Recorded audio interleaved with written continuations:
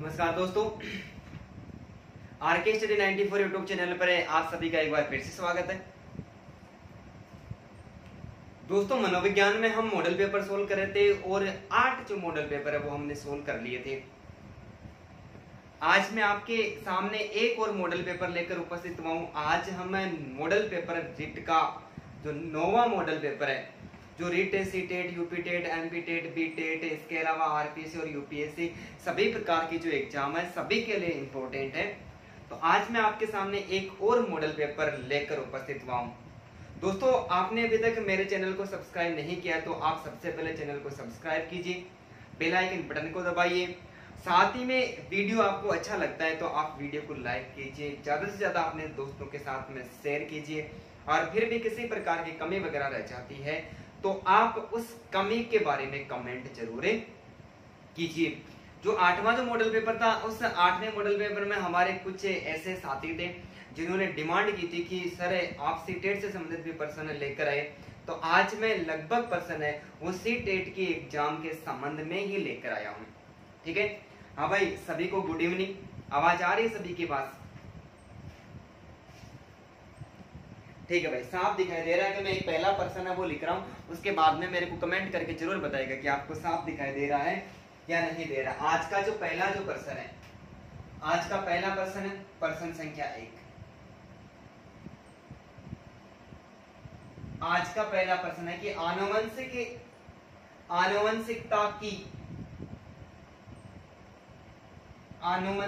की इकाई है। आज का पहला ही प्रश्न है हमारा, आनुवंशिकता की इकाई है। विकल्प में आपको मैं देता हूं। सबसे पहला जो विकल्प है वो है क्रोमोसोम। दूसरा जो विकल्प है वो है निषेचन अंडा।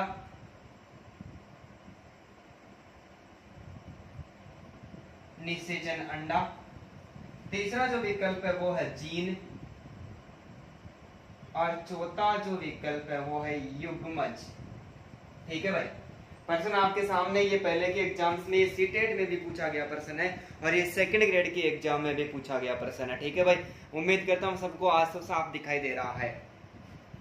तो दोस्तों जल्दी से कमेंट करिए और कमेंट करके कि आनुवंशिकता की इकाई निम्न में से कौन से, ये सीटेट में पूछा गया भी प्रश्न है और ये जो प्रश्न है ये प्रश्न है सेकंड ग्रेड के एग्जाम में भी पूछा जा चुका है।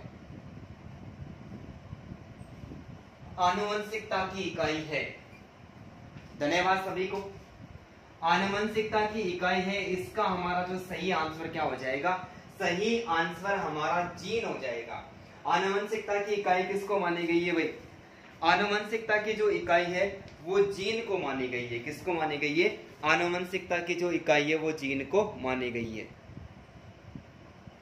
ठीक है भाई, आनुवंशिकता की जो इकाई है वो किसको मानी गई है? जीन को मानी गई है। अब बता सकते हो क्या जीन किसे कहते हैं? जीन किसे कहते हैं? तो डीएनए का छोटा से छोटा खंड किसका भाई? डीएनए डीऑक्सीराइबोस न्यूक्लिक अम्ल एसिड है ना। डीएनए का छोटा से छोटा खंड, छोटा से छोटा खंड जिसमें आनुवंशिकता इकाई यानी जिसको आनुवंशिकता कोड कहते हैं। क्या कहते हैं भाई? आनुवंशिकता इकाई, जिसको आनुवंशिकता कोड कहते हैं। ये आनुवंशिकता कोड निहित रहता है। क्या रहता है? निहित यानी समाया हुआ रहता है। निहित रहता है तो उसे जीन कहते हैं। क्या कहते हैं? तो उसे जीन कहते हैं। ये एग्जाम में 2 बार पूछा गया प्रश्न है, खतरनाक प्रश्न है। ठीक है भाई, डीएनए का सबसे छोटा से छोटा खंड, वही छूट गया है ना। डीएनए का सबसे छोटा खंड जिसमें आनुवंशिकता इकाई या आनुवंशिकता कोड है वो निहित रहता है तो उसे क्या कहते हैं? जीन कहते हैं। अर्थात अथवा हम ऐसा कह सकते हैं कि एक अंतिम इकाई, एक अंतिम इकाई जो किसी लक्षण की, जो किसी जो किसी लक्षण की आनुवंशिकता को नियंत्रित करती है, लक्षण की आनुवंशिकता, लक्षण की आनुवंशिकता को नियंत्रित करती है। क्या करती है? नियंत्रित करती है, नियंत्रित करती है, तो वह जीन कहलाती है। भाई क्या कहलाती है? तो वह जीन कहलाती है। तो डीएनए का छोटा से छोटा खंड जिसमें आनुवंशिकता इकाई या फिर आनुवंशिकता कोड निहित रहता है उसे क्या कहते हैं? जीन कहते हैं। अथवा एक अंतिम इकाई जो किसी लक्षण की आनुवंशिकता को क्या करती है? नियंत्रित करती है, तो उसे क्या कहा जाता है भाई? तो उसे जीन कहा जाता है। उम्मीद करता हूं कि ये प्रश्न आपको आसानी के साथ में समझ में आया होगा। आज का दूसरा प्रश्न है और बहुत ही खतरनाक प्रश्न है। ठीक है, प्रश्न है हकलाने का मनोवैज्ञानिक कारण निम्न में से कौन सा है?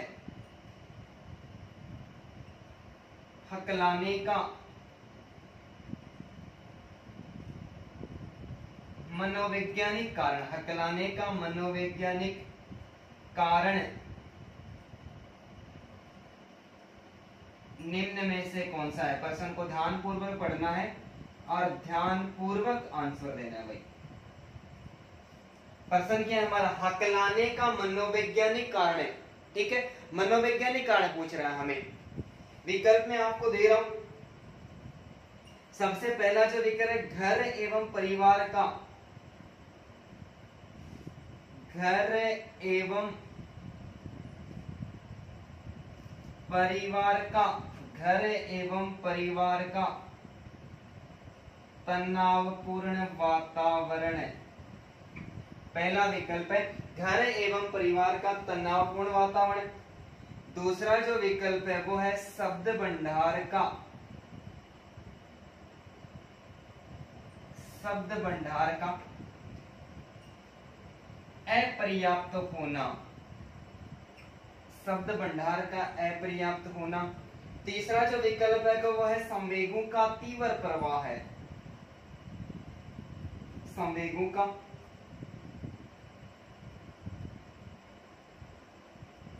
तीव्र प्रवाह है। और चौथा विकल्प है त्रुटिपूर्ण लेखन शैली, त्रुटिपूर्ण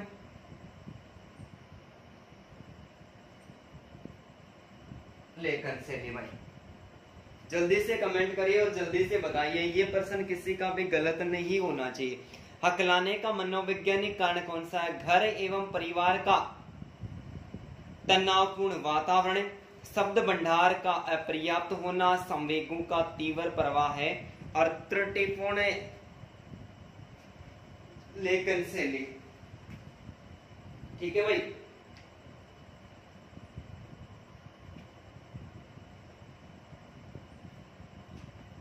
तो हकलाने का मनोवैज्ञानिक कारण। धन्यवाद सभी को भाई, आप सभी का प्रयास वास्तव में सराहनीय। और इसका जो सही आंसर हो जाएगा वो हमारा 2 नंबर का विकल्प इसका सही आंसर है। हकलाने का मनोवैज्ञानिक कारण, हकलाने का जो मनोवैज्ञानिक कारण है वो शब्द भंडार का अपर्याप्त होना, शब्द भंडार का अपर्याप्त होना। जो हकलाने का मनोवैज्ञानिक कारण ये थारपे ने, एक विचारक हुआ है जिसका नाम है थारपे। क्या नाम है भाई? थारपे। थारपे ने 1964 ईस्वी में, कब? थारपे ने 1964 ईस्वी में विचार प्रस्तुत किया कि हकलाने का कारण बालक के संपूर्ण शरीर का असंतुलित होना है। हकलाने का प्रमुख कारण किसने स्वीकार किया? थारपे ने 1964 ईस्वी में स्वीकार किया कि हकलाने का जो प्रमुख कारण है वो बालक के संपूर्ण शरीर का असंतुलित होना है। ठीक है, अर्थात हकलाने में जब ध्वनि अवरुद्ध होती है तब बालक उच्चारण करने में असमर्थ होता है। कि जब बालक के मुख से किसी प्रकार की कोई ध्वनि होती है, वो मुख से बाहर निकलती है, बाहर निकलते समय वो क्या करती है कि वो मुख में रुक जाती है, अवरुद्ध हो जाती है, जिसके कारण उसका उच्चारण वो सही तरीके से नहीं हो पाता है। इसका मतलब जब अवरुद्ध होता है तो शब्द भंडार में अपर्याप्तता होती है। क्या होती है? शब्द भंडार में अपर्याप्तता होती है। उम्मीद करता हूं कि आपको आसानी के साथ में समझ में आया होगा। तो आप जल्दी से इसका स्क्रीनशॉट ले लें, आगे चर्चा करते हैं फिर। ठीक है भाई, तो हकलाने का मनोवैज्ञानिक कारण क्या स्वीकार किया? शब्द भंडार का अपर्याप्त होना। और ये किसके द्वारा स्वीकार किया? ये थारपे ने कब स्वीकार किया? 1964 ईस्वी में स्वीकार किया कि बालक किसी भी प्रकार के शब्द का कोई उच्चारण करता है और उच्चारण करने पर उसके मुख के अंतर्गत जो श्वास वायु है वो अवरुद्ध हो जाती है और रुक जाती है। रुकने के कारण एक विकार उत्पन्न होता है और उस विकार को क्या कहते हैं? उस विकार को हकलाना कहते हैं भाई। ठीक है, मिटा दो।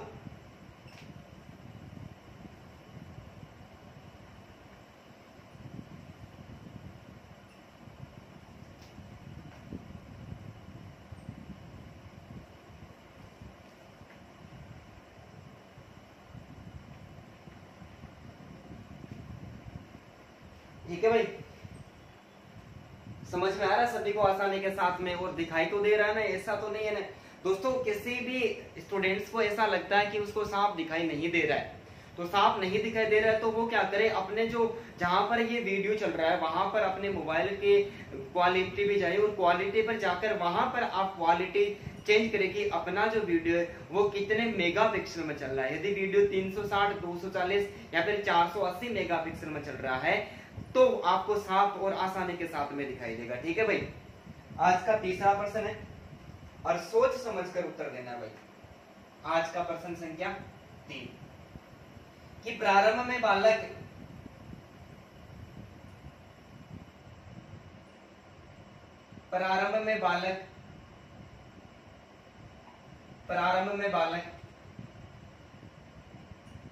अपनी हथेली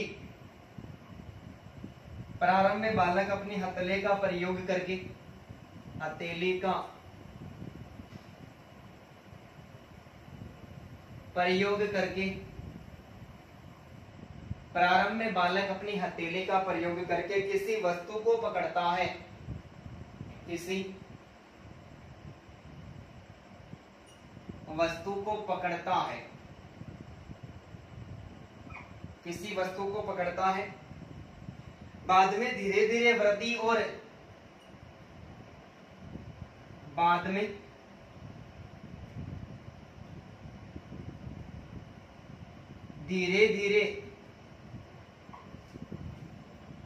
वृद्धि और विकास के रूप में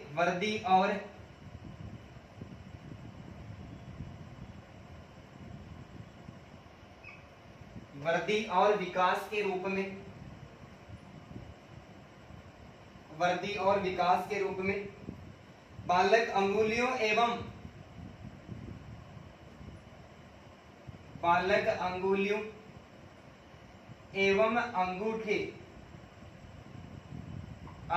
एवं अंगूठे का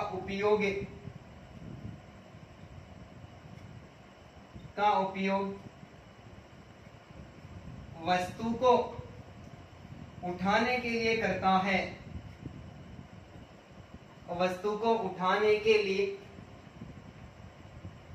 ये सीटेट में पूछा गया प्रश्न है, उठाने के लिए करता है। तो इस प्रकार की प्रकृति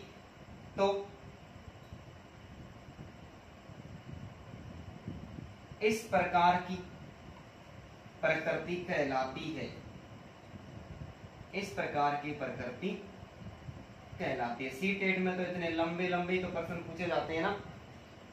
विकल्प में आपको देता हूं, सबसे पहला जो विकल्प है वो है सेपेलोकोडाल।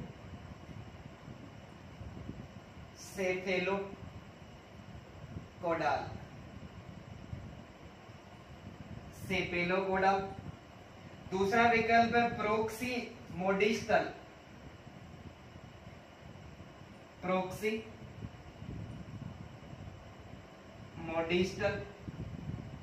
तीसरा विकल्प है व्यापक से विशिष्टता का नियम। व्यापक से विशिष्टता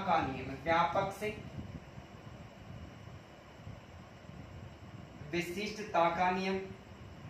और चौथा है अनियमित प्रगति।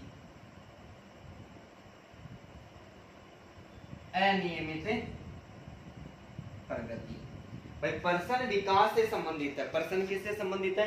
पर्सन डेवलपमेंट और अभिवृद्धि से संबंधित है। प्रश्न है, प्रारंभ में बालक अपनी हथेली का प्रयोग करके किसी वस्तु को पकड़ता है, बाद में धीरे धीरे वृद्धि और विकास के रूप में अंगुलियों एवं अंगूठे का उपयोग वस्तु को उठाने के लिए करता है, तो इस प्रकार की प्रकृति क्या कहलाती है? बस यही हमारा प्रश्न है। जल्दी से कमेंट करके बताओ देगा इसका सही आंसर क्या होगा भाई, सही आंसर क्या होगा? ठीक है, ठीक है भाई, धन्यवाद सभी को। दोस्तों हमारा सही आंसर होगा, सही आंसर इसका 3 नंबर का होगा। ये प्रश्न ही इसी आधार पर दिया हुआ था कि प्रारंभ में बालक अपनी हथेली का प्रयोग करके किसी वस्तु को पकड़ता है कि जब बालक छोटा होता है, जब छोटा होता है तब उसकी अंगुलियां और अंगूठा किसी वस्तु को पकड़ने के लिए काम में नहीं आते, तब वो क्या करता है, तब वो अपनी हथेली को ऐसे हथेली को पकड़ने का प्रयास करता है और उसके बाद में उसका विकास वगैरह होता रहता है, तो वो अंगुलियों और अंगूठों के माध्यम से वस्तु को पकड़ने की कोशिश करता है कि जब बालक थोड़ा सा और बड़ा होता है तब क्या करता है, सबसे पहले जब छोटा बालक है दोनों हाथों में किसी भी प्लेट वगैरह को लेकर उसमें जो भी खाने का पदार्थ रखा हुआ उसको सीधा मुंह में लेने की कोशिश करता है, लेकिन जब बड़ा हो जाता है उसको चम्मच दे दी जाती है, वो चम्मच को अंगूठे और अंगुलियों से आसानी के साथ में पकड़ लेता है। इसका मतलब सबसे पहले बालक क्या करता है, व्यापक प्रकार की जो सामान्य क्रियाएं होती है वो करता है, और सामान्य क्रियाओं के बाद में कौन सी क्रियाएं करता है, विशिष्ट क्रियाएं करता है। अब आपके सामने प्रश्न है कि सेफेलोपोडल और प्रोक्सिमोडिस्टल क्या होता है। दोस्तों आप कमेंट करके इन दोनों के बारे में मेरे को जरूर बताइए, ठीक है भाई।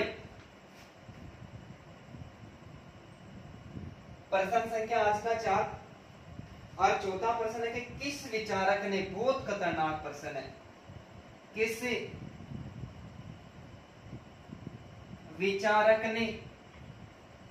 विचारक ने जूक के वंशजों का अध्ययन करके, कहोगे सर ये प्रश्न कहां से उठा है भाई? आप में तो किसी स्टूडेंट ने कहा था कि सर आप सी टेट यूपी टेट उनके भी साथ में मैं पेपर जो सरल है अपने सिलेबस के अकॉर्डिंग है उन सबको मैं लेकर आ रहा हूं आपके सामने। आज आपने कहा तो मैं आपके लिए और ही बेहतरीन क्वेश्चन लेके आऊं कि किस विचारक ने जूक के वंशजों का अध्ययन करके, जूक के वंशजों का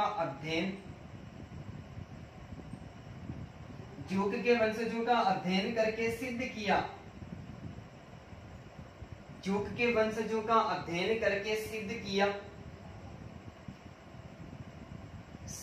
कि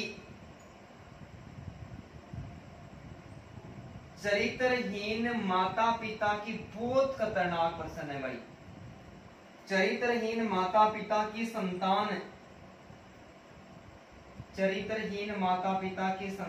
भी चरित्रहीन होती है। बहुत खतरनाक इंपोर्टेंट प्रश्न है भाई, चरित्रहीन होती है। प्रश्न क्या है, किस विचारक ने जूक के वंशजों का अध्ययन करके सिद्ध किया कि चरित्रहीन माता पिता की संतान भी क्या होती है भाई, चरित्रहीन ही होती है। मैं विकल्प आपको देता हूं, विकल्प है कार्ल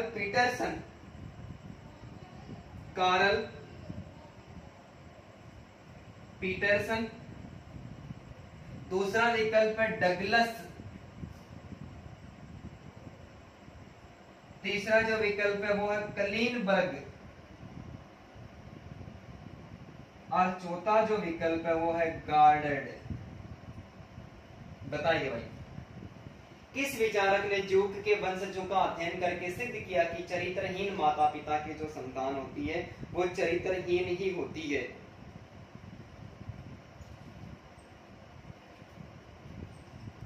ठीक है भाई, ये आदमी बहुत खतरनाक आदमी है। बताओ देखिए जल्दी से, किस विचारक ने जूक के वंशजों का अध्ययन करके सिद्ध किया कि चरित्रहीन माता पिता की संतान चरित्रहीन होती है? ठीक है भाई,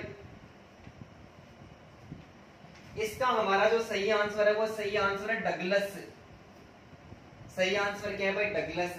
डगलस ने जूक के वंशजों का अध्ययन किया, वंशजों का अध्ययन किया, इसका मतलब डगलस ने इस जूक की 5 पीढ़ियों का अध्ययन किया। सोचो कि जिसने 5 पीढ़ियों का अध्ययन किया है उसकी आयु कितनी लंबी होगी। तो जूक के 5 पीढ़ियों का अध्ययन करके 5 पीढ़ियों के 1200 व्यक्ति, सोचो 5 पीढ़ियों में कितने व्यक्ति थे, 1200 व्यक्ति। अब 1200 व्यक्ति थे तो आप अंदाजा लगा सकते हो कि जनसंख्या बढ़ाने में तो इनका योगदान है वो कम नहीं है भाई। अरे मेहनत को पलटाबर ही हुआ है। 5 पीढ़ियों के 1200 व्यक्तियों का अध्ययन किया और 1200 व्यक्तियों का अध्ययन करके उसने सिद्ध किया कि चरित्रहीन माता पिता की जो संतान होती है वो कैसी होती है भाई, चरित्रहीन ही होती है। बात समझ में आई क्या? तो डगलस ने जूक के 5 पीढ़ियों के 1200 व्यक्तियों का, बात ये इतिहास इस बात का, मनोविज्ञान इस बात की गवाह है, इसका मतलब ये प्रश्न एकदम से सही है। तो 5 पीढ़ियों के 1200 व्यक्तियों का अध्ययन करके डगलस ने स्वीकार किया कि क्या स्वीकार किया कि चरित्रहीन माता पिता की संतान है वो चरित्रहीन ही होती है भाई। उम्मीद करता हूं कि दोनों प्रश्न आपको आसानी के साथ में समझ में आए होंगे। दोस्तों समझ में आ गए हैं तो आप स्क्रीनशॉट लें और दोस्तों आप वीडियो को अपने सारे जो दोस्त हैं उन सारे दोस्तों के पास में शेयर करें। मिटा दो भाई।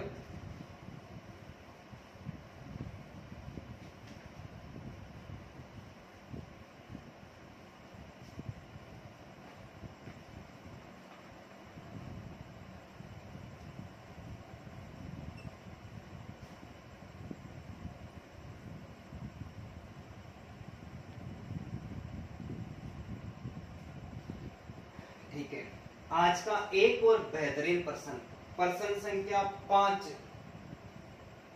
पांचवा जो प्रश्न है वो है भाषा की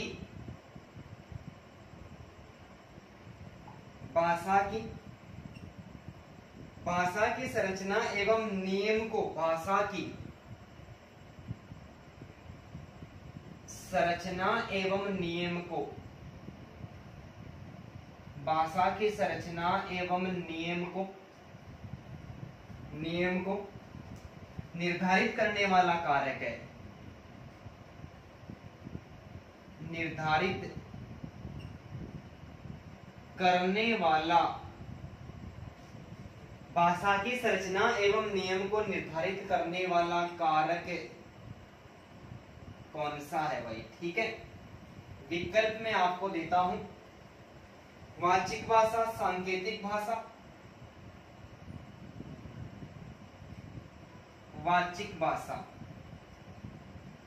दूसरा मैं विकल्प देता हूं सांकेतिक भाषा। कौन सी भाषा? सांकेतिक भाषा। तीसरा मैं आपको विकल्प देता हूं आलेखीय भाषा, आलेखीय भाषा। और चौथा है विकल्प है वो है ध्वनिग्राम। दोस्तों प्रश्न को ध्यान पूर्वक पढ़ के उत्तर देना है कि भाषा की संरचना एवं नियम को निर्धारित करने वाला कारक निम्न में से कौन सा है? तो जल्दी से कमेंट करें। आप सभी अच्छा प्रयास कर रहे हैं तो इसका मतलब सारे के सारे स्टूडेंट धन्यवाद की पात्र है। लेकिन दोस्तों जब आप लाइव क्लास देखने के लिए आ ही जाते हो तो आप बीच में आए जाए ऐसा ना कीजिए दोस्तों।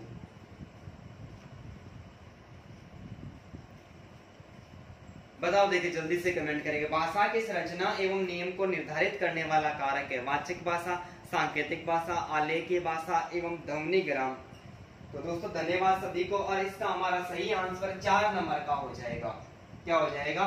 सही आंसर 4 नंबर का हो जाएगा कि भाषा की संरचना नियम को निर्धारित करने वाले कारकों की संख्या होती है वो 4 कारक माने जाते हैं। कितने कारक भाई? 4 कारक माने जाते हैं। 4 में सबसे जो पहला कारक है वो है ध्वनिग्राम, पहला ध्वनिग्राम। दूसरा जो कारक है वो है रूपग्राम। क्या है? रूपग्राम। और तीसरा जो कारक है वो है वाक्य विन्यास, वाक्य विन्यास। और इसका चौथा कारक है वो अर्थ विन्यास। ठीक है भाई, अर्थ विन्यास। ठीक है, तो भाषा की संरचना एवं नियम को निर्धारित करने वाले 4 कारक है जिसमें पहला ध्वनिग्राम, दूसरा रूपग्राम, तीसरा वाक्य विन्यास और चौथा है अर्थग्राम।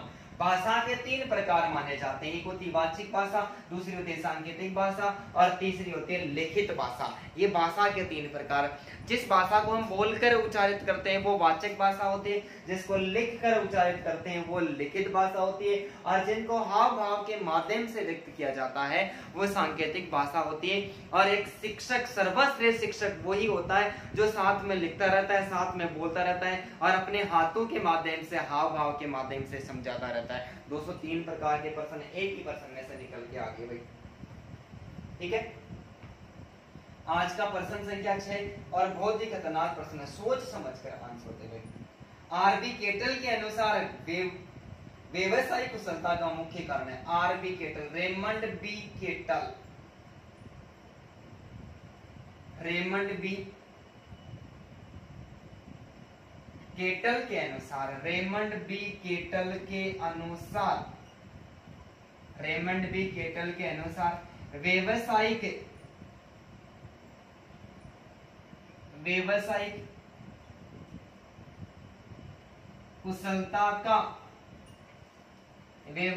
कुशलता का मुख्य कारण है भाई, व्यवसायिक कुशलता का मुख्य कारण है। दोस्तों बहुत ही शानदार प्रश्न है, सोच समझ के उत्तर दे। वंशानुक्रम,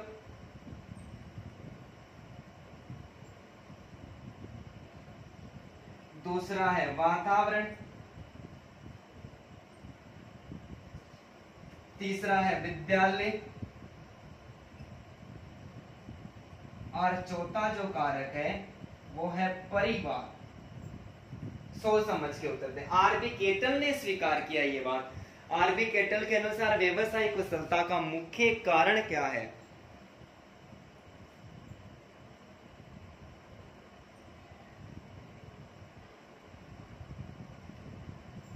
बताओ भाई जल्दी से।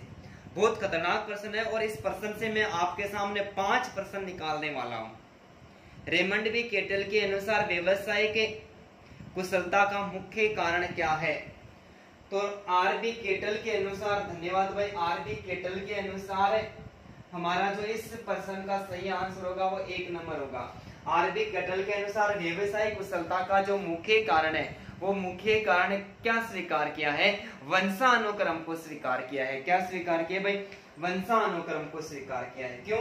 क्योंकि आरबी जो केटल है, रेमंड बी केटल ने अमेरिका के, आरबी केटल ने अमेरिका के 885 वैज्ञानिक परिवारों का, कितने भाई? 885 वैज्ञानिक परिवारों का अध्ययन किया अमेरिका के अंतर्गत। आरबी केटल ने अमेरिका में 585 वैज्ञानिक परिवारों का अध्ययन किया और अध्ययन करके निष्कर्ष निकाला। अध्ययन करके क्या निष्कर्ष निकाला कि 885 जो मनोवैज्ञानिक के परिवार थे, इनमें से 885 में से 285, सॉरी भाई 215 जो परिवार थे वो व्यवसायी वर्ग से संबंधित थे। किससे थे? 215 जो परिवार है वो व्यवसायी वर्ग से संबंधित थे। इनमें से 1/2 परिवार है वो उत्पादक वर्ग से संबंधित थे। किससे थे? उत्पादक वर्ग से संबंधित थे। इनमें से 1/4 परिवार है, 1/4 परिवार है वो कृषि कार्य से संबंधित थे। किससे थे भाई? कृषि कार्य के वर्ग से संबंधित थे। ठीक है। तो आरबी केटल ने अमेरिका के 885 वैज्ञानिक परिवारों का अध्ययन किया और अध्ययन करने के बाद में निष्कर्ष निकाला कि इनमें से 215 परिवार है वो व्यवसायी वर्ग से संबंधित है, 1/2 परिवार है वो उत्पादक वर्ग से संबंधित है और 1/4 परिवार है वो कृषि कार्य से संबंधित है। और इनका जो संबंध है वो किस कारण बताया कि इसका संबंध वंशानुक्रम है।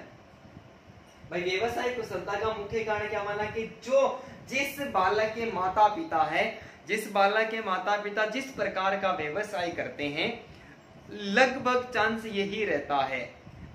ये उस समय अमेरिका में इसने अध्ययन किया तब इस बात को व्यक्त किया।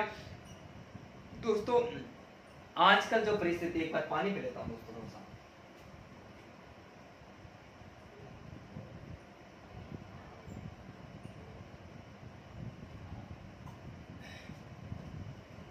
ऐसा बिल्कुल उचित तो नहीं है, लेकिन ये रेमंड बी केटल ने स्वीकार किया है। इसका व्यवसायिक कुशलता का मुख्य कारण वंशानुक्रम है कि जिस बालक के माता पिता जिस प्रकार का व्यवसाय करते हैं उनकी होने वाली संतान भी क्या करती है, वैसा का वैसा ही व्यवसाय करती है। तो ये आज के ये दोनों जो प्रश्न थे वो भी बहुत ज्यादा इंपॉर्टेंट थे भाई। आज मैं आपके सामने बहुत सारे गजब के सीटेट से संबंधित प्रश्न लेके आया हूं। मैं आपको चिंता करने की कोई आवश्यकता ही नहीं है भाई। तो इन दोनों प्रश्नों का आप एक बार स्क्रीनशॉट ले लें, मैं नेक्स्ट प्रश्न की बात करता हूं। मिटा दूं? ठीक है भाई। दोस्तों यदि आराम से समझ में आ रहा है तो आप कमेंट बॉक्स में जल्दी से हाँ लिखिए, तो मेरा भी उत्साहवर्धन होता रहे और मैं लगातार आपके साथ बना रहूं।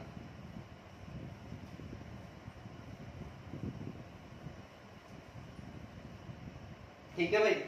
आज का जो 7वां प्रश्न है वो समायोजन के संबंध में, ये भी प्रश्न है सोच समझ के उत्तर देने वाला है। समायोजन के संदर्भ में, समायोजन के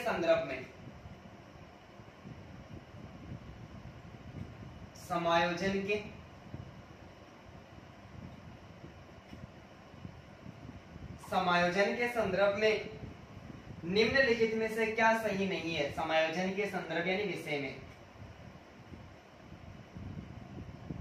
निम्नलिखित में से क्या सही नहीं है भाई। प्रश्न को नहीं पूछा है,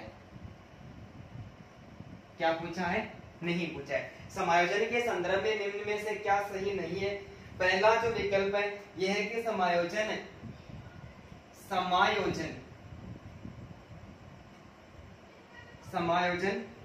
संतुलन प्रदान करता है। समायोजन संतुलन प्रदान करता है। समायोजन संतुलन प्रदान करता है। यह समस्या का समाधान करता है। यह समस्या का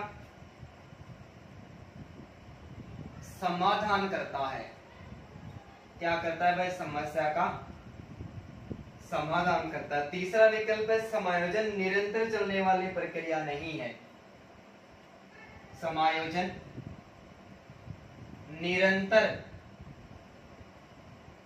चलने वाली प्रक्रिया नहीं है। चलने वाली प्रक्रिया नहीं है। और चौथा जो विकल्प है वो है समायोजन के अभाव में व्यक्ति तनाव से ग्रस्त रहता है। समायोजन के अभाव में व्यक्ति तनाव से ग्रस्त रहता है। तनाव से ग्रस्त रहता है। किससे ग्रस्त रहता है भाई, तनाव से ग्रस्त रहता है। दोस्तों सोच समझ के आंसर देना है। कैसे देना है, सोच समझ के उत्तर देना है। जल्दी से कमेंट करके बताओ, देखिए क्या सही है, बताओ भाई, जल्दी से कमेंट करो और जल्दी से बताओ समायोजन के संदर्भ में निम्न में से क्या सही नहीं है। समायोजन व्यक्ति को संतुलन प्रदान करता है। समायोजन समस्या का समाधान करता है। समायोजन निरंतर चलने वाली प्रक्रिया है और समायोजन के अभाव में व्यक्ति तनाव से ग्रस्त रहता है। किससे ग्रस्त रहता है, तनाव से ग्रस्त रहता है।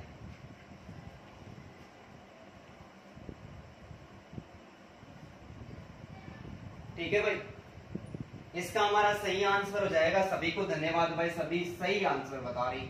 समायोजन निरंतर चलने वाली प्रक्रिया नहीं है, ये बात सही नहीं है, क्योंकि समायोजन निरंतर चलने वाली प्रक्रिया है। इस बात को स्किनर स्वीकार करता है।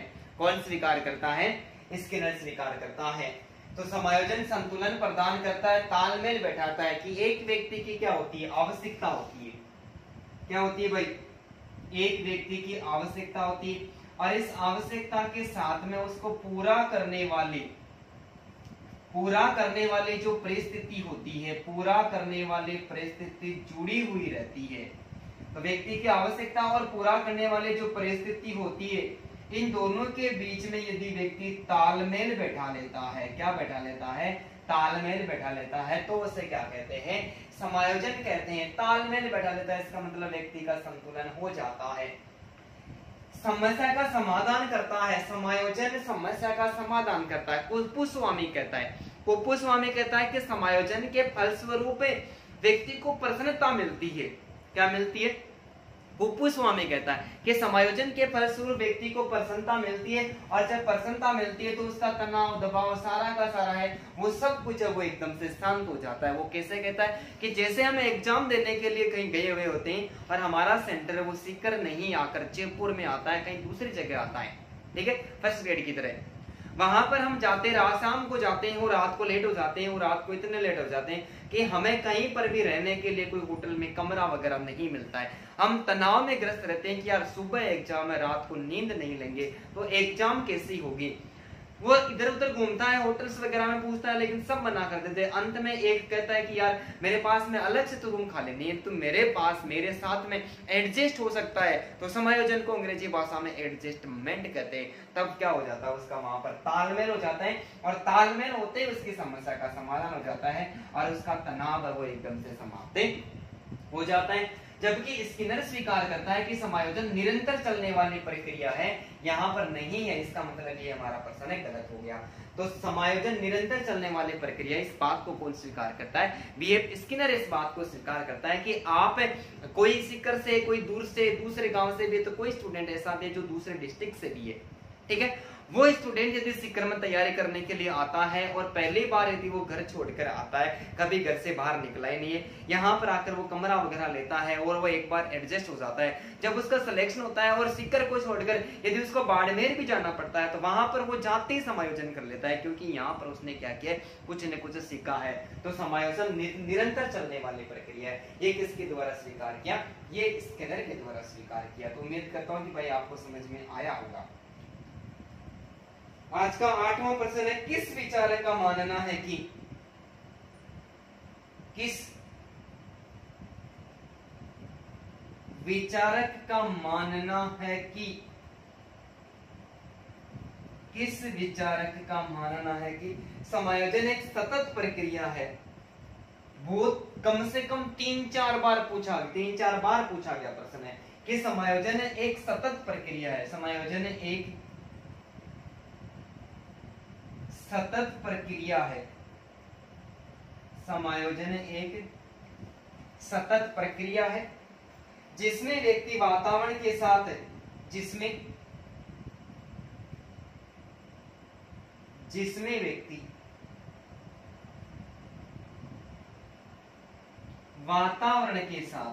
व्यक्ति वातावरण के साथ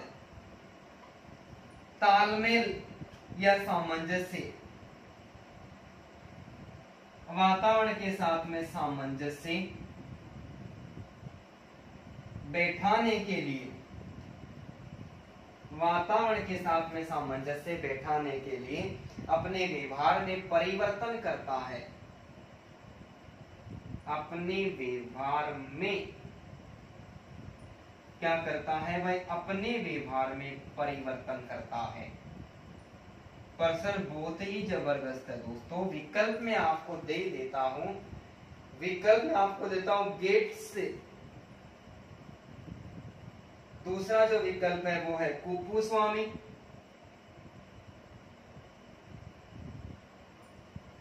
तीसरा जो विकल्प है वो है बोरिंग, और चौथा जो विकल्प है वो है लेकफील्ड। दोस्तों जल्दी से कमेंट करके बताओ, देखिए इस प्रश्न का सही आंसर क्या होगा कि किस विचारक का मानना है कि समायोजन एक सतत प्रक्रिया। भाई छूट गया थोड़ा सा, सॉरी।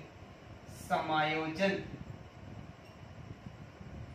एक सतत प्रक्रिया है जिसमें व्यक्ति वातावरण के साथ सामंजस्य बैठाने के लिए अपने व्यवहार में परिवर्तन करता है। भाई अपने व्यवहार में परिवर्तन करता है। गेट्स, कुपुस्वामी, बोरिंग और लेकफील्ड। जल्दी से कमेंट करके बताओ भाई।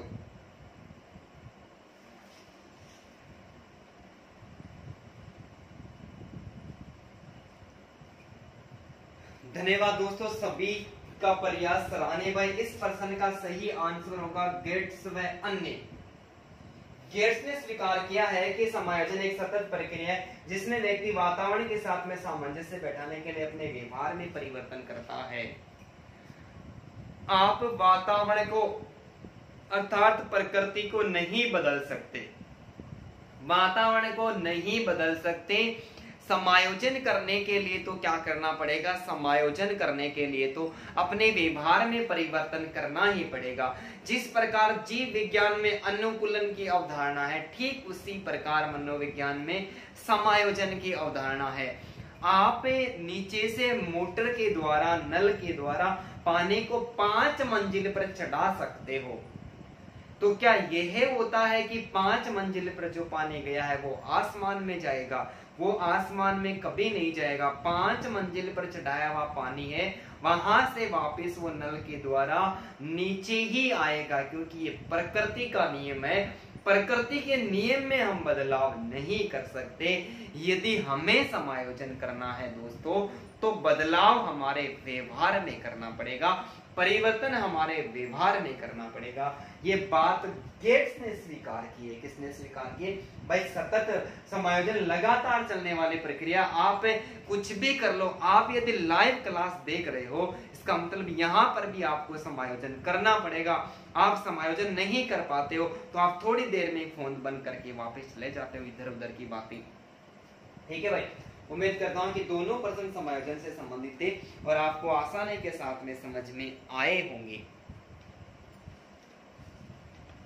स्क्रीनशॉट ले लो भाई, समझ में आ गया तो कमेंट बॉक्स में हाँ लिखे जल्दी से, और नेक्स्ट प्रश्न की हम चर्चा करते हैं भाई। मिटा दो, ठीक है दोस्तों।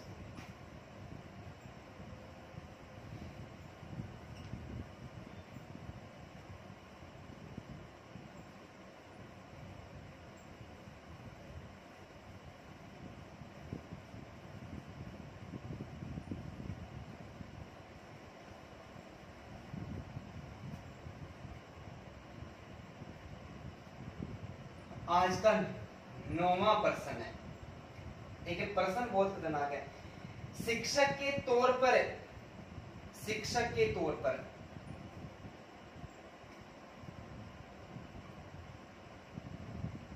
शिक्षक के तौर पर अपने एक, शिक्षक के तौर पर अपने एक उपयुक्त परीक्षण, सी डेट में पूछा गया प्रश्न है। उपयुक्त परीक्षण एवं उपयुक्त परीक्षण एवं जांच सूची का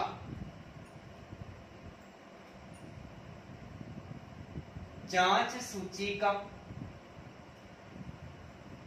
सूची का प्रयोग करके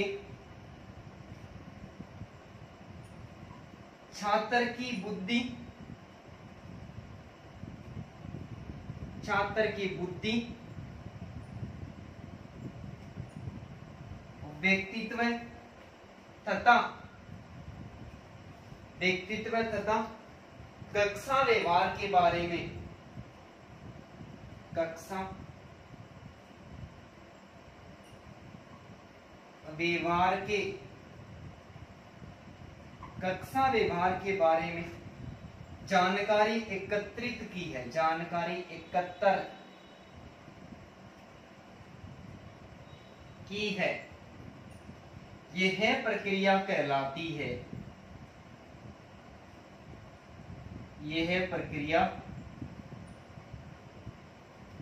कहलाती है। भाई सोच समझ के आंसर देना कि शिक्षक, आप सारे भावी शिक्षक को शिक्षक के तौर पर अपने एक उपयुक्त परीक्षण एवं जांच सूची का प्रयोग करके छात्र की बुद्धि, उसका व्यक्तित्व एवं उसके कक्षा में किस प्रकार का व्यवहार है उसके बारे में हमने जानकारी एकत्र की है।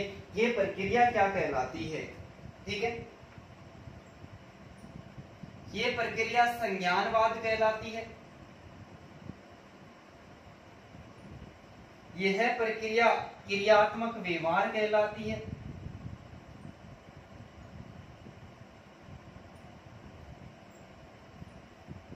यह प्रक्रिया भावात्मक व्यवहार कहलाती है।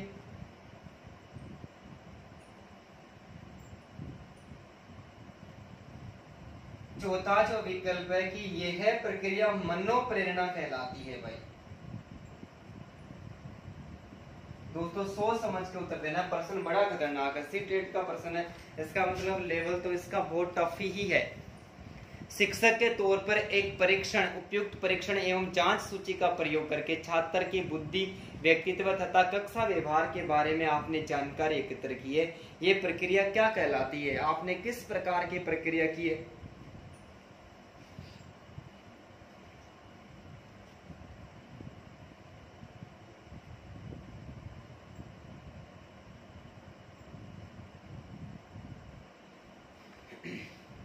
हाँ भाई, धन्यवाद भाई सभी को।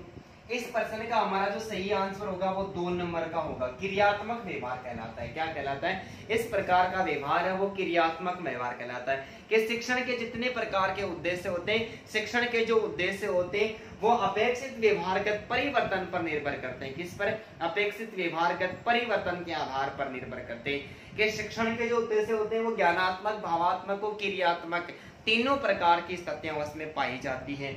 लेकिन यहाँ पर क्या किया? शिक्षण ने क्रिया की है, उपयुक्त परीक्षण तैयार किया और परीक्षण तैयार करने के बाद एक जांच सूची का प्रयोग किया और जांच सूची का प्रयोग करके उस बालक की बुद्धि, व्यक्तित्व एवं उसके व्यवहार का पता लगाया।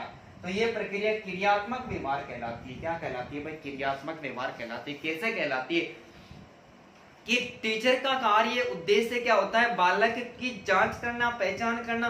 क्योंकि रूसो ने तो इस बात को स्वीकार किया है कि प्रत्येक बालक एक पुस्तक के समान होते हैं। तो अध्यापक को क्या करना चाहिए? उसका अध्ययन करना चाहिए। कि एक अध्यापक ने अपना एक बालक के बारे में जांच की कि एक बालक रोज घर से आता है और वो अपना टिफिन साथ में लेकर आता है, लेकिन वो खाना नहीं खाता है। क्या नहीं खाता है? वो खाना नहीं खाता है। खाना नहीं खाता है, इसका मतलब उस बालक की कोई न कोई समस्या है। तब अध्यापक क्या करता है कि क्रिया करता है, उस बालक के बारे में जानकारी एकत्रित करना शुरू कर देता है कि बालक खाना क्यों नहीं खाता है। सबसे पहले उस बालक से पूछता है, छोटा बालक है, फर्स्ट या सेकंड क्लास का बालक है, उसके जवाब से वो अध्यापक संतुष्ट नहीं हो पाता है। जब नहीं हो पाता है तब वो क्या करता है? तब उसके पड़ोस के बच्चों से पूछता है, लेकिन वो भी बच्चे छोटे हैं इसलिए वो भी संतुष्ट जवाब नहीं दे पाते हैं। अब बच्चे की समस्या है, समाधान उस टीचर को करना है, इसलिए वो समस्या का समाधान यहाँ से नहीं हो रहा है। तब वो क्या करता है? तब उस बालक के माता पिता के पास में संपर्क करता है और माता पिता के पास में संपर्क करता है। उसके बाद में निष्कर्ष ये निकल के आता है कि उस बच्चे की माँ है, वो उस बच्चे के टिफिन में रोज एक ही प्रकार का खाना बेचती है और एक ही प्रकार का खाना बेचते के कारण बच्चा खाने से क्या हो गया? एक ही खाने से बोर हो गया और इसलिए वो टिफिन लेकर आता है लेकिन वापस लेकर चला जाता है। समस्या मिल गई। समाधान क्या किया? अध्यापक ने कहा कि आज रोज बालक की टिफिन में बदल बदल कर खाना डाले। जब उसने इस प्रकार की एक्टिविटी की तो बच्चा खाना खाने लग गया। इसका मतलब बालक की जो स्थिति, बुद्धि, व्यक्तित्व एवं व्यवहार के बारे में तो पता लगा है कि इसी प्रश्न को कक्ष में ही तो लागू कर सकते हैं ना। एक ऐसा बालक जो कक्षा में एक टीचर उसको बार बार प्रश्न याद करने के लिए देता है और वो याद नहीं करके आता है, वो उसकी पिटाई करता है, पिटाई करने के बाद में भी वो नहीं याद करके आता है और स्वयं में बालक के द्वारा संतुष्ट नहीं होता है, तब अध्यापक अंत में क्या करता है? उसके माता पिता से संपर्क करता है। तो माता पिता कहते हैं कि हम इसको जबरदस्ती विद्यालय में भेज रही है, घर इधर उधर फिरता रहेगा, इसमें बुद्धि नाम की कोई चीज ही नहीं है। दोस्तों बहुत सारी ऐसी स्थितियां निकल के आती है जिसमें इस प्रकार की क्रिया होती है, इस प्रकार का कोई व्यवहार होता है, उसको क्रियात्मक व्यवहार कहते हैं। संज्ञानवाद के अंतर्गत क्या होता है? संज्ञानवाद एक व्यक्ति के, संज्ञानवाद का जो संबंध है, इस संज्ञानवाद का संबंध एक व्यक्ति के मन से। तो मन की वे आंतरिक क्रियाएं एवं उत्पाद, मन की वे आंतरिक क्रियाएं एवं उत्पाद जो किसी विषय वस्तु को जानने के लिए हमें अग्रसर करती है, उसे संज्ञान कहते हैं। और संज्ञान का शाब्दिक अर्थ होता है ज्ञान की संरचना। क्या होता है? ज्ञान की संरचना। तो संज्ञान एक व्यक्ति के मन को जानने का सिद्धांत होता है और शिक्षण का एक और उद्देश्य होता है भावात्मक व्यवहार और इसके अलावा एक और उद्देश्य होता है ज्ञानात्मक। तो ज्ञानात्मक, भावात्मक और क्रियात्मक व्यवहार होता है। ये शिक्षण के 3 उद्देश्य माने जाते हैं। ठीक है। मनोप्रेरणा को अभिप्रेरणा के नाम से जाना जाता है। अभिप्रेरणा को अंग्रेजी भाषा में मोटिवेशन कहते हैं और मोटिवेशन शब्द की जो उत्पत्ति है वो लैटिन भाषा के मोटिव से हुई है और जिसका शाब्दिक अर्थ होता है गति प्रदान करना।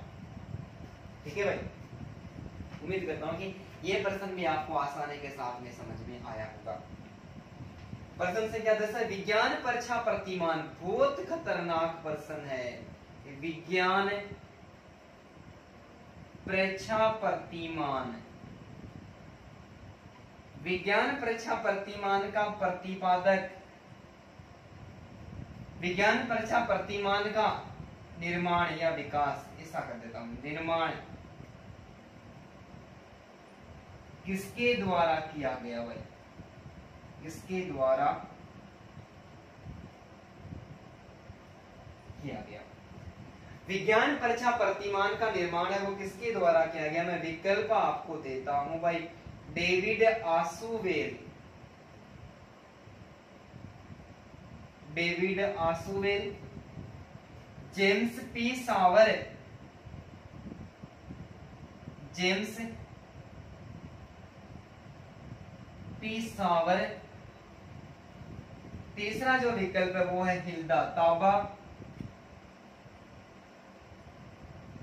हिल्दा ताबा, और चौथा जो विकल्प है वो मैं आपको देता हूं जोसेफ एफ सहवाग, जोसेफ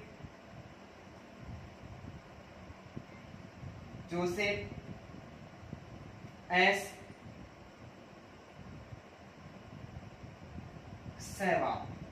जल्दी से कमेंट करके बताएं दोस्तों, ये पर्सन सी टेट की जो पीछे की एग्जाम लगी थी उसका जो लेवल फर्स्ट है, उस लेवल फर्स्ट में पूछा गया प्रश्न है विज्ञान परीक्षा प्रतिमान का निर्माण किसके द्वारा किया गया है भाई, जल्दी से कमेंट करके बताइए।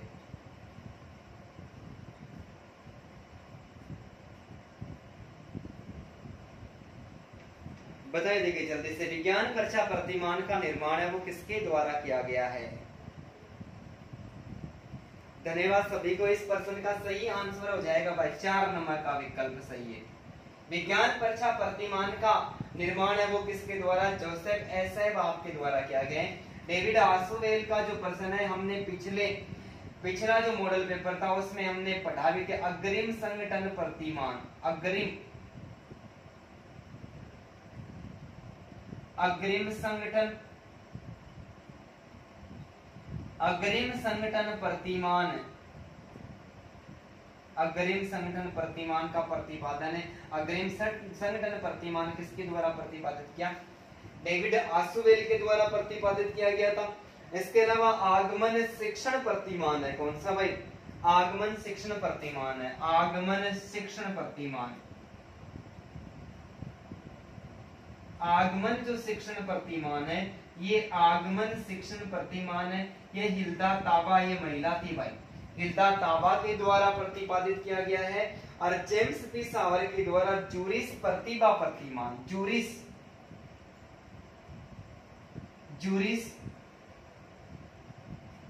प्रतिभा प्रतिमान का जो निर्माण है दोस्तों, 4 प्रश्न यहां से भी निकल के आए हैं और चारों ही प्रश्न बहुत ज्यादा इंपॉर्टेंट है। विज्ञान परीक्षा प्रतिमान का निर्माण है वो जोसेफ एस सहवाग के द्वारा किया गया है। अग्रिम संगठन प्रतिमान का निर्माण डेविड आशुवेल के द्वारा किया गया है। जूरिस प्रतिभा प्रतिमान का जो निर्माण है वो जेम्स पी सावर के द्वारा किया गया है। और आगमन शिक्षण प्रतिमान है, इसका जो निर्माण है वो दोस्तों किसके द्वारा किया गया है, हिल्दा ताबा के द्वारा किया गया है। उम्मीद करता हूँ कि दोनों प्रश्न आपको ये भी आसानी के साथ में समझ में आए होंगे। तो दोनों प्रश्नों का दोस्तों आप स्क्रीनशॉट ले लो। नेक्स्ट प्रश्न की और चर्चा करते हैं। मिटा दो भाई, ठीक है।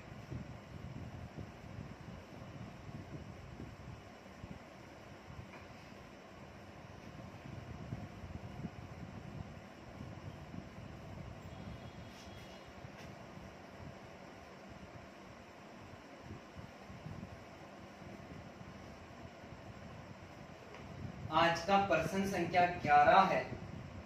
11वां प्रश्न है कि बुद्धि अमूर्त विचारों के बारे में, बहुत खतरनाक प्रश्न है। बुद्धि अमूर्त विचारों, बुद्धि अमूर्त विचारों के बारे में, अमूर्त विचारों के बारे में सोचने तथा चिंतन। बुद्धि अमूर्त विचारों के बारे में सोचने तथा चिंतन करने की योग्यता है। चिंतन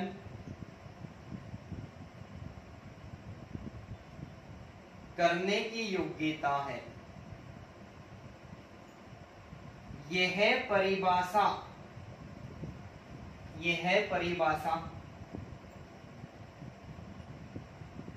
किसके द्वारा दी गई है?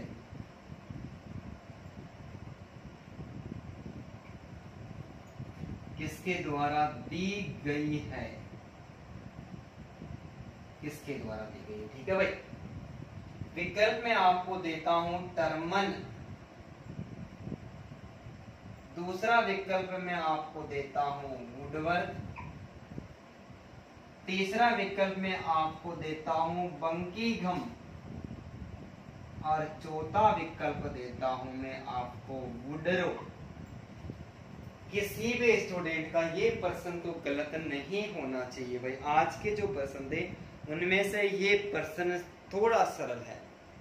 बुद्धि अमूर्त विचारों के बारे में सोचने तथा चिंतन करने की योग्यता है। ये परिभाषा किसके द्वारा दी गई है? ऐसा कौन सा विचारक है जिसने स्वीकार किया है कि बुद्धि अमूर्त विचारों के बारे में सोचने तथा चिंतन करने की योग्यता है?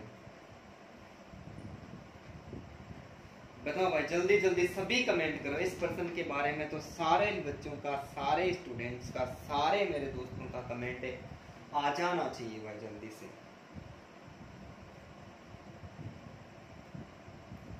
धन्यवाद सभी को भाई। इस प्रश्न का हमारा सही आंसर हो जाएगा 1 नंबर। टर्मन ने इस बात को स्वीकार किया है कि बुद्धि अमूर्त विचारों की या अमूर्त चिंतन की योग्यता है, जबकि वुडवर्थ ने क्या स्वीकार किया है? वुडवर्थ ने स्वीकार किया कि बुद्धि योग्यता प्राप्त करने की योग्यता है। किसकी भाई? 4 परिभाषा में आपके सामने निकाल के लेके आऊं। बुद्धि योग्यता प्राप्त करने की, बुद्धि योग्यता प्राप्त करने की योग्यता है। ये किसके द्वारा स्वीकार किया गया भाई? ये वुडवर्थ के द्वारा। और बंकिंघम की जो परिभाषा है ये फर्स्ट ग्रेड के एग्जाम में 2 तरीके से पूछी जा चुकी है। ये इसने स्वीकार किया है कि बुद्धि अधिगम अर्थात सीखने की योग्यता है। सीखने की योग्यता है भाई। बुद्धि अधिगम की योग्यता है, सीखने की योग्यता। इस परिभाषा को 2 बार अलग अलग तरीके से पूछा गया। बुद्धि अधिगम की योग्यता है परिभाषित किसके द्वारा किया गया? तो ये बंकिंघम के द्वारा किया है। बुद्धि सीखने की योग्यता है तो ये किसके द्वारा किया गया? ये बंकिंघम के द्वारा स्वीकार किया है। लेकिन वुडरो क्या कहता है? वुडरो ने स्वीकार किया कि बुद्धि ज्ञान अर्जित करने की, क्या करने की भाई? बुद्धि ज्ञान अर्जित करने की योग्यता है। बुद्धि ज्ञान अर्जित करने की योग्यता। तो दोस्तों हमारे पास में 4 परिभाषा निकल के आएगी। बुद्धि अमूर्त विचारों एवं चिंतन की योग्यता तो टर्मन ने स्वीकार किया है। बुद्धि योग्यता प्राप्त करने की योग्यता है वुडवर्थ ने स्वीकार किया है। बुद्धि अधिगम अर्थात सीखने की योग्यता तो बंकिंघम ने स्वीकार किया है। और बुद्धि ज्ञान अर्जित करने की योग्यता है तो ये किसके द्वारा? ये वुडरो के द्वारा स्वीकार किया गया है। आज का 12वां प्रश्न मैं आपको दे रहा हूं, सोच समझ के उत्तर देना है। निम्न में से कौन सा, निम्न में से मानव पर्यावरण संबंध, निम्न में से किस, सॉरी प्रश्न थोड़ा सा अटपटा बना है। निम्न में से किस, निम्न में से किस मानव पर्यावरण संबंध, मानव पर्यावरण संबंध उपागम, उपागम, उपागम स्टोकोल्स, स्टोकोल्स भाई वैज्ञानिक का नाम है स्टोकोल्स। दोस्तों नवीनतम प्रश्न हो सकता है आपके सामने। स्टोकोल्स द्वारा नहीं दिया गया है, स्टोकोल्स द्वारा नहीं दिया गया है। ठीक है, विकल्प आपको मैं देता हूं। पहला जो विकल्प है वो है परिस्थिति की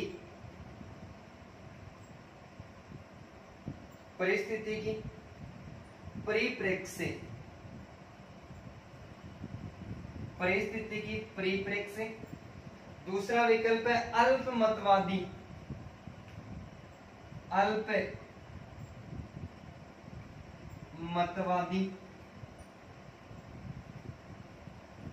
परिप्रेक्ष्य। तीसरा जो विकल्प है वो है नैमित्तिक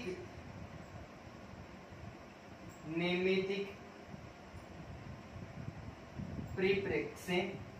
और चौथा जो विकल्प है वो है आध्यात्मिक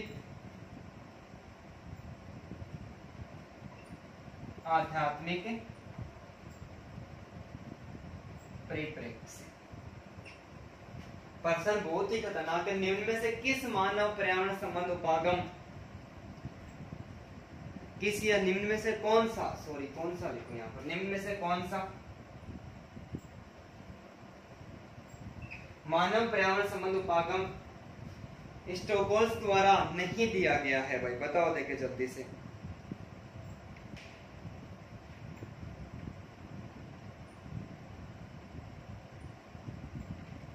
दोस्तों, परिप्रेक्ष्य का अर्थ होता है किसी भी विषय वस्तु के बारे में प्रत्यक्ष जानकारी प्राप्त करना।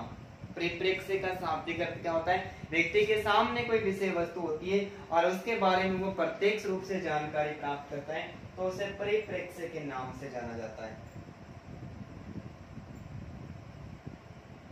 तो इसका हमारा सही जो आंसर होगा वो 1 नंबर हो जाएगा।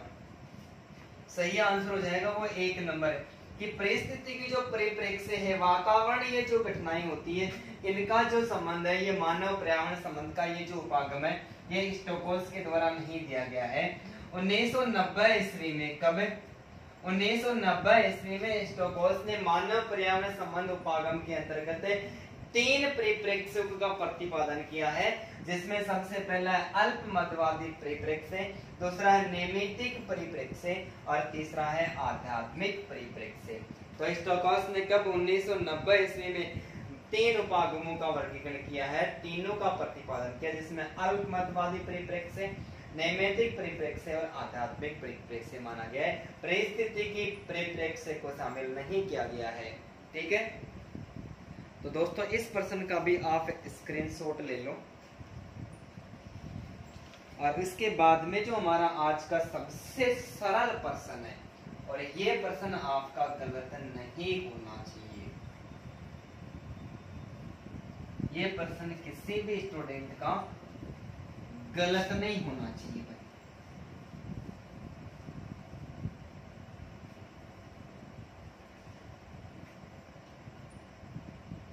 प्रश्न है 13वां प्रश्न है पर्सनालिटी शब्द की उत्पत्ति। पर्सनालिटी शब्द की उत्पत्ति लैटिन भाषा के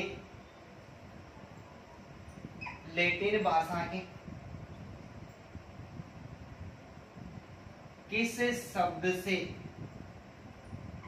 लैटिन भाषा के किस शब्द से हुई है?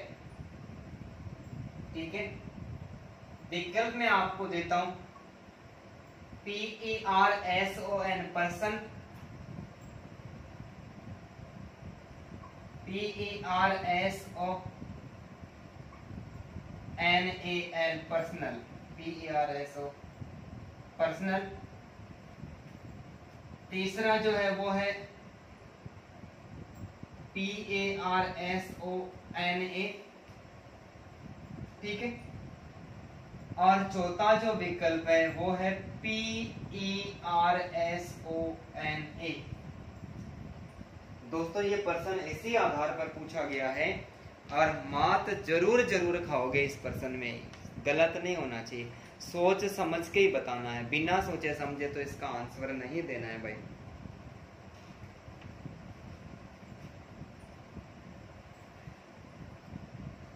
इसका सभी को भाई धन्यवाद। और इसका जो सही आंसर होगा वो होगा परसोना, PERSONA। यहाँ पर PARSONA, इसका भी मतलब परसोना होता है, लेकिन P के बाद में E लिखा हुआ रहता है, तो PERSONA परसोना।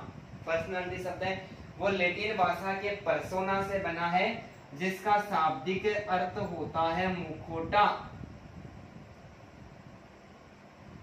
या नकली चेहरा। मुखौटा या नकली चेहरा, ठीक है भाई। तो पर्सनालिटी शब्द है, इसकी उत्पत्ति यानी पर्सनालिटी, व्यक्तित्व को अंग्रेजी भाषा में पर्सनालिटी कहते हैं। पर्सनालिटी शब्द की उत्पत्ति लैटिन भाषा के पर्सोना से हुई है, जिसका शाब्दिक अर्थ होता है मुखौटा या नकली चेहरा, ठीक है भाई। आज का हमारा 14वां प्रश्न है और बहुत ही खतरनाक प्रश्न है। प्रश्न है कि क्रियात्मक अनुसंधान, क्रियात्मक अनुसंधान, क्रियात्मक अनुसंधान, क्रियात्मक अनुसंधान, मौलिक अनुसंधान,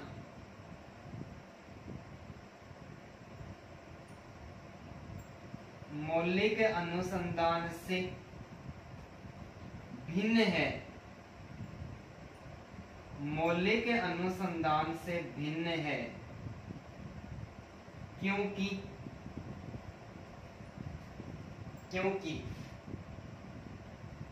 पहला जो विकल्प है शिक्षकों, शैक्षिक प्रबंधनों, शिक्षकों,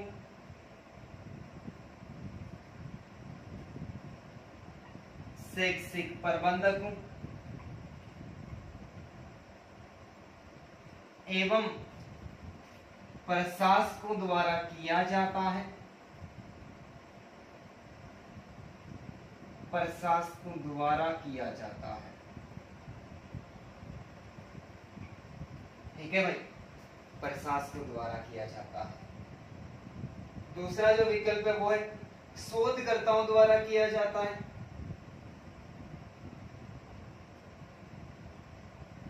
शोधकर्ताओं द्वारा किया जाता है।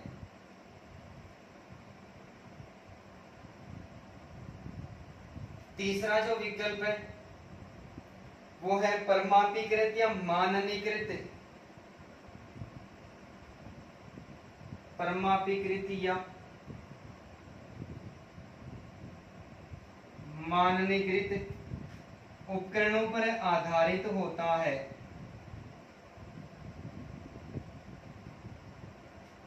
उपकरणों पर आधारित होता है। और चौथा जो विकल्प है वो है यह अर्थशास्त्र पर आधारित है, यह अर्थशास्त्र पर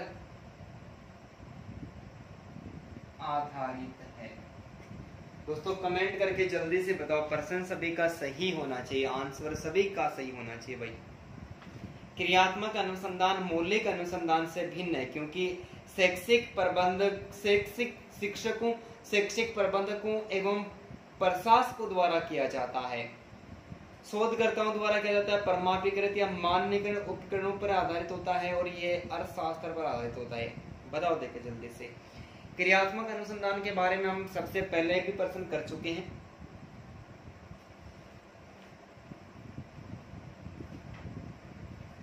तो इसका हमारा सही आंसर हो जाएगा 1 नंबर। मैंने आपको पहले भी एक प्रश्न सोल्व किया था, वहां पर मैंने बताया था कि क्रियात्मक अनुसंधान का संबंध है वो शिक्षक शिक्षकों के व्यवहार और विद्यालय तथा विद्यालय की जितने प्रकार की गतिविधियां होती है उन्हीं से संबंधित होता है।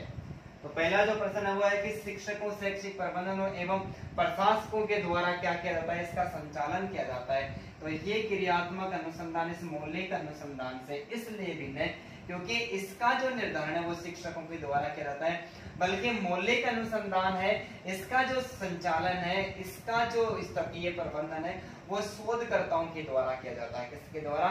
शोधकर्ताओं के द्वारा किया जाता है। और परमापीकृत या माननीकृत जो परीक्षण होते हैं इनके बारे में हमने पहले अध्ययन कर लिया है कि एक व्यक्ति का जो व्यक्तित्व है उसको जानने के लिए जो परीक्षण काम में ले जाते हैं वो परमापिकृत या मान्यकृत परीक्षण होता है कि एक ऐसा परीक्षण जिसकी विश्वसनीयता एवं वैधता, विश्वसनीयता एवं वैधता के जांच की जा चुकी है, ऐसा परीक्षण हमेशा परमापिकृत या विश्वसनीय परीक्षण माना जाता है। कि विश्वसनीय जो परीक्षण होता है उसमें एक ही परीक्षण को, किसको, एक ही परीक्षण को एक ही समूह पर बार बार दोहराने पर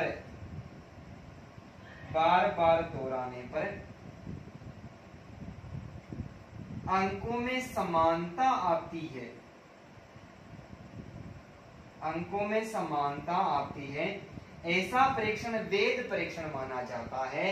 और जिस उद्देश्य, ऐसा परीक्षण विश्वसनीय परीक्षण माना जाता है कि एक ही परीक्षण को एक ही समूह पर बार बार दोहराया जाता है। दोस्तों विश्वसनीयता और वैधता के बारे में पीछे की जो एग्जाम्स लिए उसमें कम से कम 10 बार दोनों के संबंध में प्रश्न पूछे जा चुके हैं। तो एक ही परीक्षण को एक ही समूह पर बार बार दोहराया जाता है तो ऐसा परीक्षण विश्वसनीय माना जाता है। और जिस उद्देश्य की पूर्ति के लिए, उद्देश्य की पूर्ति के लिए परीक्षण बनाया गया है और उस पर वो खरा उतरता है तो ऐसा परीक्षण क्या माना जाता है, वैध माना जाता है। उम्मीद करता हूं कि ये प्रश्न भी आपको समझ में आया होगा। तो दोस्तों दोनों प्रश्नों का स्क्रीनशॉट ले लें, नेक्स्ट प्रश्न की ओर बात करते हैं। दोस्तों मैं अभी आपको 2 प्रश्न, आज 15 की जगह हम 16 प्रश्न सोल्व करेंगे, तो 15 होते ही भाग मत जाना, बने रहना लगातार।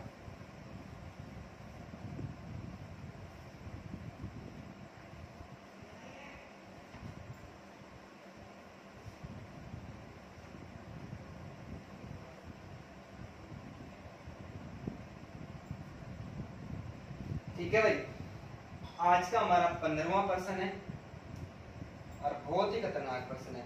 निम्न में से कौन सा नियम थॉर्नडाइक के मुख्य नियम में शामिल नहीं है? भाई बहुत ही खतरनाक प्रश्न है।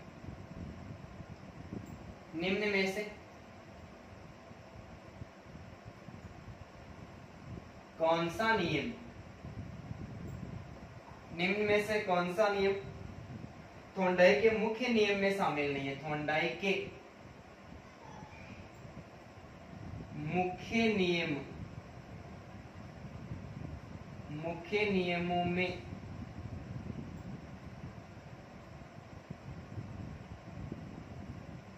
शामिल नहीं है। निम्न में से कौन सा नियम है वो मुख्य नियमों में शामिल नहीं है? पहला है तत्परता का नियम, दूसरा है अभ्यास का नियम, तीसरा है प्रभाव का नियम,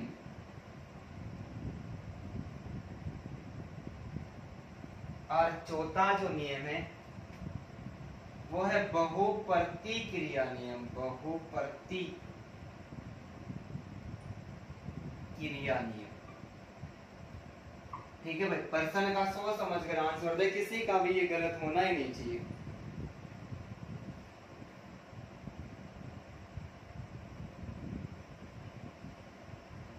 जल्दी से कमेंट करो भाई, इस प्रश्न पर तो सबके कमेंट आए चाहिए।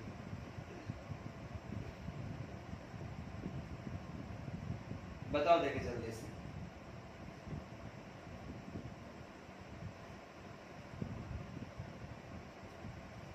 धन्यवाद सभी को भाई। चौथा नियम है, थॉर्नडाइक ने क्या किया था, अपने नियमों को 2 भागों में बांटा था, मुख्य नियम और गौण नियम। तत्परता का नियम, अभ्यास का नियम और प्रभाव का नियम है, ये मुख्य नियमों में शामिल है। गौण नियमों में पहला बहुप्रतिक्रिया का नियम है, इसको बहुशक्ति का नियम भी कहते हैं। किसका कहते हैं भाई? बहुशक्ति का नियम, बहुशक्ति का नियम, बहुशक्ति का नियम। ठीक है, इसके अलावा दूसरा जो नियम है वो है अभिवर्ती का नियम। गौण नियम का दूसरा जो नियम है वो है अभिवर्ती का नियम। ठीक है, तीसरा नियम है वो है आंशिक क्रियाओं का नियम, आंशिक क्रियाओं का नियम, ठीक है। चौथा है अनुरूपता का नियम, अनुरूपता, जिसको आत्मीकरण का नियम भी कहते हैं। और इसका जो पांचवा है वो साचर्य परिवर्तन का नियम, साचर्य परिवर्तन का नियम, ठीक है भाई। इसमें से सीधे भी बहुत सारे प्रश्न पूछे जा चुके हैं। निम्न में से कौन सा मुख्य नियम है, या फिर कौन सा मुख्य नियम नहीं है, या फिर निम्न में से कौन सा गौण नियम है, या फिर कौन सा गौण नियम नहीं है। ऐसे प्रश्न भी दोस्तों बहुत बार पूछे जा चुके हैं।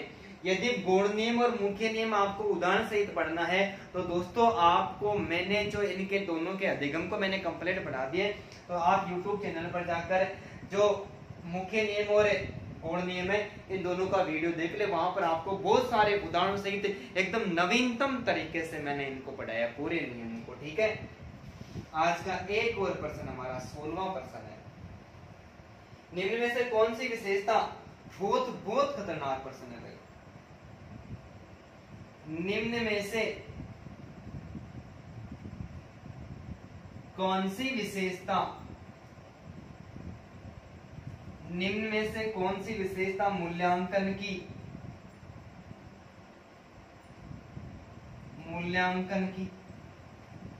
अनिवार्य विशेषता,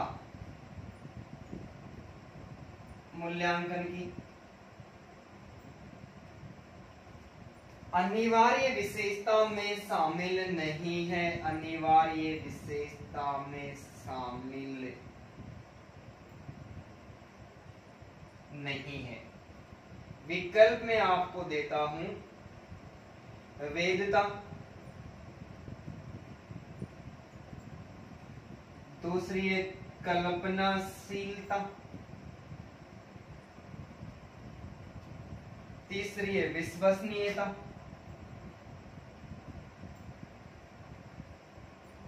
और चौथा जो विकल्प है वो है वस्तुनिष्ठता। दोस्तों सोच समझ के उत्तर देना है।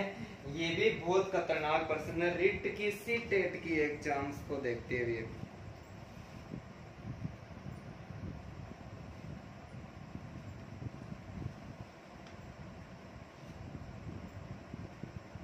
जल्दी से कमेंट करके बताओ भाई, निम्न में से कौन सी विशेषता मूल्यांकन की अनिवार्य विशेषता नहीं है भाई। इस प्रश्न का जो हमारा सही आंसर होगा दोस्तों वो होगा 2 नंबर। क्या होगा? 2 नंबर होगा। कल्पनाशीलता, मौलिकता, लोचशीलता, धारा प्रवाहिता, निरंतरता, ये जो बहुत भाई थोड़ा तेज बोल गया। कल्पनाशीलता, निरंतरता, धारा प्रवाहिता, लोचशीलता, नमनीयता और विस्तारण। दोस्तों ये सृजनात्मकता की विशेषताएं, मूल्यांकन की विशेषताएं नहीं है। कल्पनाशीलता, निरंतरता, धारा प्रवाहिता, लोचशीलता, नमनीयता, विस्तारण और ध्यान केंद्रित करने की योग्यता, जिज्ञासा, प्रवृत्ति, ये 7-8 विशेषताएं हैं। और ये विशेषताएं सृजनात्मकता की है। किसकी है? सृजनात्मकता की। बल्कि वेदता, विश्वसनीयता, वस्तुनिष्ठता, विभेदीकरण,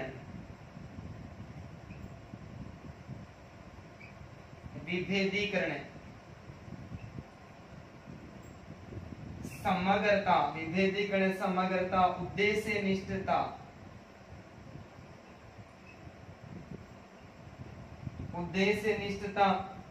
मितव्ययिता,